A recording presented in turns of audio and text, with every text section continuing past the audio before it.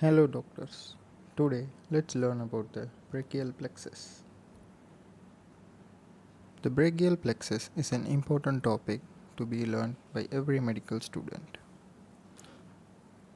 Now let's see into the topic. The brachial plexus arises from the spinal roots. From the spinal root C5, C6, C7, C8 and T1. These spinal roots then go on to become the trunks. The roots of C5 and C6 gives rise to the upper trunk. The roots of C7 gives rise to the middle trunk. The roots of C8 and T1 gives rise to lower trunk. These trunks form the divisions. The upper trunk forms the anterior division and the posterior division. The middle trunk also divides into anterior division and posterior division, and so does the lower trunk divide into anterior division and the posterior division. These divisions then go on to form the cords. Now this is very important because many students get confused here. So listen carefully guys. The anterior divisions of the upper trunk and the anterior division of the middle trunk forms lateral cord. The anterior division of the lower trunk forms medial cord. All the three posterior divisions, the posterior division of the upper trunk, middle trunk and the lower trunk forms posterior cord.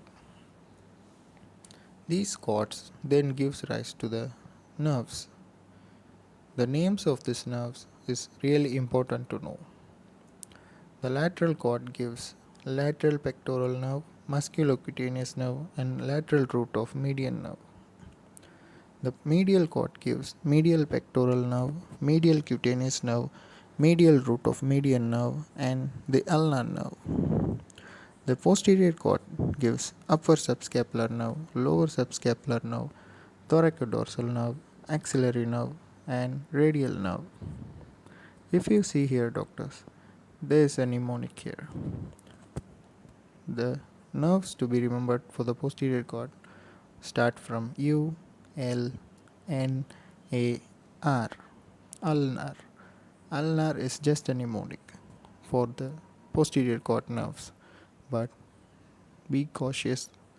The ulnar nerve is actually arising from the medial cord.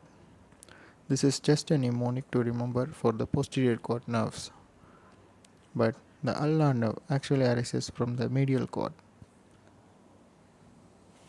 Now let's see what do these nerves supply. The lateral pectoral nerve supplies pectoralis minor and pectoralis major. The musculocutaneous nerve supplies anterior compartment of arm. The medial pectoral nerve supplies pectoralis major and pectoralis minor. The medial cutaneous nerve supplies medial side of arm and forearm. The upper subscapular nerve supplies the upper subscapularis muscle. The lower subscapular nerve supplies lower subscapularis and teres major. The thoracodorsal nerve supplies latissimus dorsi. The axillary nerve supplies deltoid and teres minor. Just like the nerves arising from the cords, there are few nerves arising directly from the root of the spinal nerves. For example, from C5, dorsal scapular nerve comes, which supplies rhomboides major and rhomboides minor.